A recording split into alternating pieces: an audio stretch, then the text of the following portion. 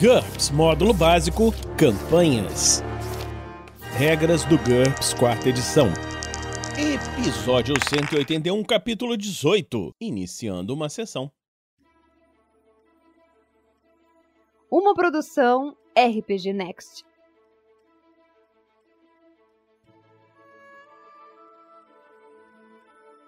Fala galera, bem-vindos a mais um episódio do Regras do GURPS 4ª edição. Hoje vamos continuar com o capítulo 18, o Mestre.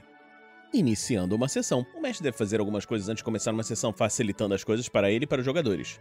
Apresentar os personagens. Numa campanha contínua é possível pular esse passo, mas no início de uma campanha, cada jogador deve ter a oportunidade de se descrever. Se houver algum artista no grupo, ele pode ajudar a desenhar os personagens como eles são descritos. Verificar as perícias e outras características aprimoradas desde a última sessão. Em uma campanha contínua, os PCs recebem pontos de personagem que podem gastar para melhorar suas habilidades. Às vezes, os PCs podem até mesmo estudar e trabalhar em seus empregos entre as sessões. Dessa forma, alguns personagens podem ter habilidades ou perícias mais desenvolvidas do que na sessão anterior. Esse é o momento dos jogadores discutirem esse assunto com o mestre. Se todo o grupo tiver acesso à internet, talvez seja melhor discutir isso remotamente entre as sessões para não atrasar as coisas. Aqui ele está imaginando sessões presenciais. Preencher a planilha de controle do mestre. Enquanto os jogadores estão conhecendo uns aos outros, ou os personagens dos outros, o mestre deve verificar as planilhas de personagem, conferir se tudo está certo e copiar algumas informações necessárias para a sua planilha de controle do mestre. Nela está relacionados atributos, características secundárias, perícias, vantagens especiais, etc. para cada PC. Quando o mestre joga os dados secretamente para determinar se algum personagem percebe alguma coisa, compreende algo que todos podem ver, resiste a uma mágica ou para saber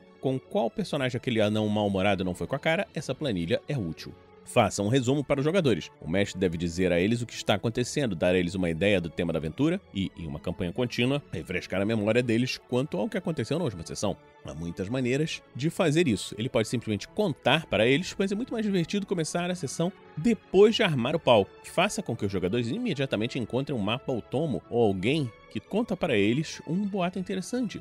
Ou que eles fiquem amigos de alguém que está precisando de ajuda. Ou ainda, testemunhem uma injustiça que precisa ser corrigida. E que comece a sessão.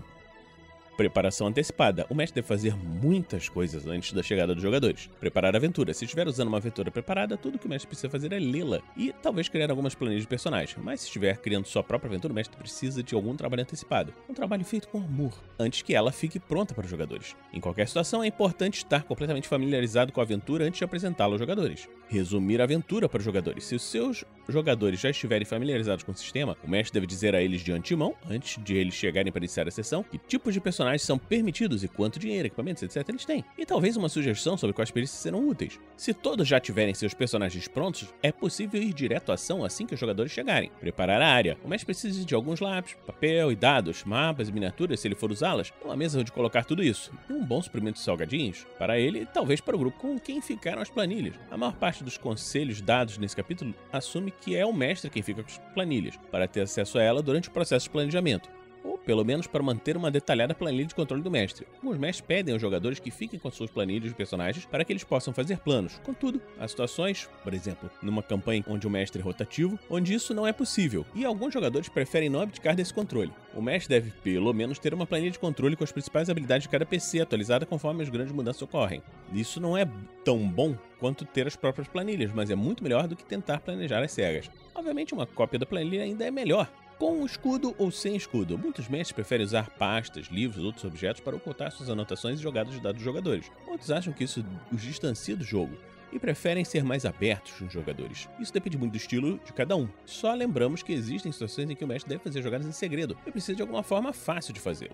Mapas. O mestre pode preparar os mapas de antemão para ajudá-lo a planejar e para acompanhar o curso dos acontecimentos. Ele também pode dar mapas aos jogadores como pistas. Além disso, os próprios jogadores podem querer fazer anotações dos seus percursos, seja por selvas, cavernas ou pelo centro de Nova York, para terem certeza de que encontrarão o caminho de volta. Os mapas em GURPS usam hexágonos para calcular o movimento e o combate. Cada hexágono é adjacente a 6 outros hexágonos.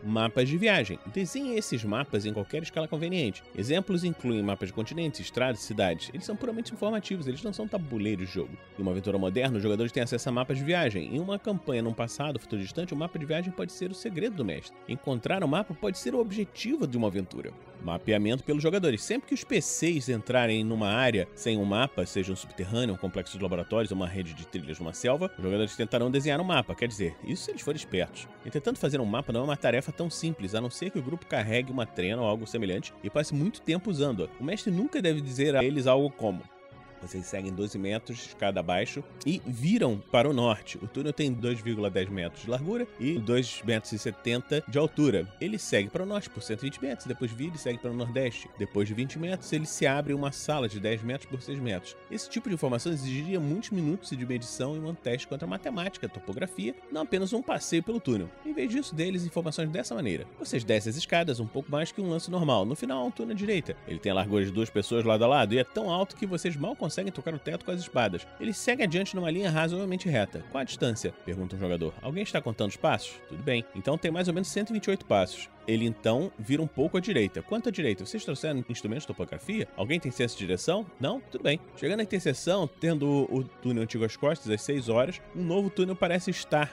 entre 1 e 2 horas, entendeu? Agora ele segue por mais uns 19 ou 20 passos e depois se abre numa sala grande. Uma porta se encontra no meio da parede mais comprida. A sala é aproximadamente retangular. De onde você está, ela parece ter uns 10 metros de comprimento por uns 6 ou 7 de largura. Muito diferente, não é? Mas também muito mais realístico. Os jogadores recebem somente as informações que os personagens de fato teriam. Por exemplo, acima o mestre arredondou todas as distâncias, assumindo que quem estava contando os passos tinha um passo padrão um pouco menor do que 1 metro. Se o mestre fizer isso, os jogadores poderão pensar em maneiras ingeniosas de medir o tempo e a distância. Dê a eles essas oportunidades. Observe que, se fazer um mapa é uma tarefa difícil em condições normais, ela é quase impossível se o grupo estiver com pressa. Suponha que o grupo estivesse sendo perseguido numa região descrita acima. Nesse caso, o mestre diria: vocês estão correndo?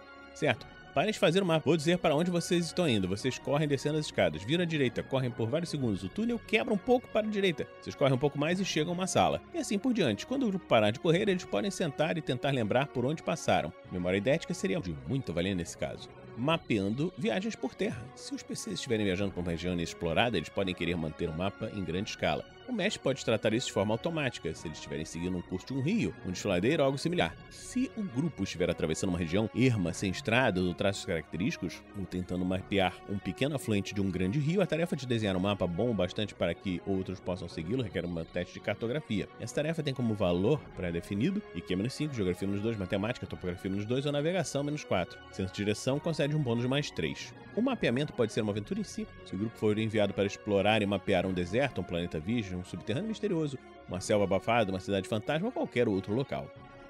Mapas da área. A escala padrão para esses mapas é de 25mm, igual a 6 metros, 6 hexágonos. Cada hexágono ainda tem 1 metro de largura, ele só é desenhado em uma escala menor. Use essa escala para mapear edifícios subterrâneos, arenas, etc. E use uma folha diferente para cada andar ou nível, indicando fossos e escadas. Designe que para cada aposento ou outro ponto de interesse uma letra ou um número para usar como uma legenda. Para cada aposento, a legenda deve conter seu tamanho, mesmo que seja óbvio no mapa da região. Uma descrição geral. Uma descrição das pessoas ou criaturas que se encontram no aposento, se houver. Ele pode ser simples como 2 lobos comuns, ou complexa como o aposento está vazio, exceto entre meia-noite e 9 da manhã, quando ali ficam 2 guardas. Há uma possibilidade de 50% de cada um deles estar dormindo. Eles são guardas comuns da lista de personagens, mas um deles também possui um anel de ouro que vale 200. Eles se rendem se forem atacados por mais de 2 para cada um deles, mas não cooperam mesmo que sejam ameaçados de morte.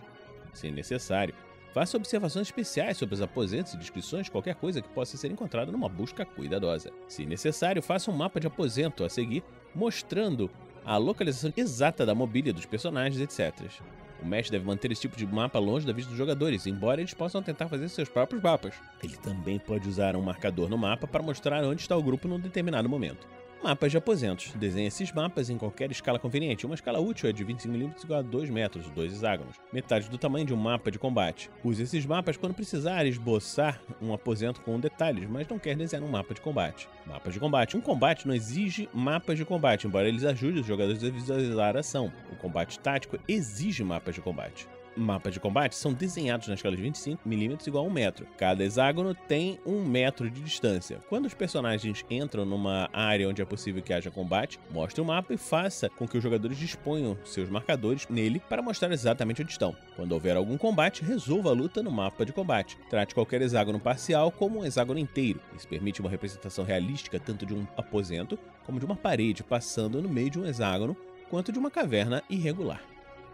Então, estamos terminando hoje por aqui esse episódio do Regras do GURPS, 4ª edição. Esperamos que você esteja gostando dessa série. Se você está gostando dessa série, pode nos apadrinhar em picpay.me/rpgnext ou em www.padrim.com.br/rpgnext. Então, a gente está terminando hoje por aqui e a gente se encontra na próxima semana aqui no RPG Next. Regras do GURPS, 4ª edição. Músicas por Kevin MacLeod e Scott Buckley. Uma produção RPG Next.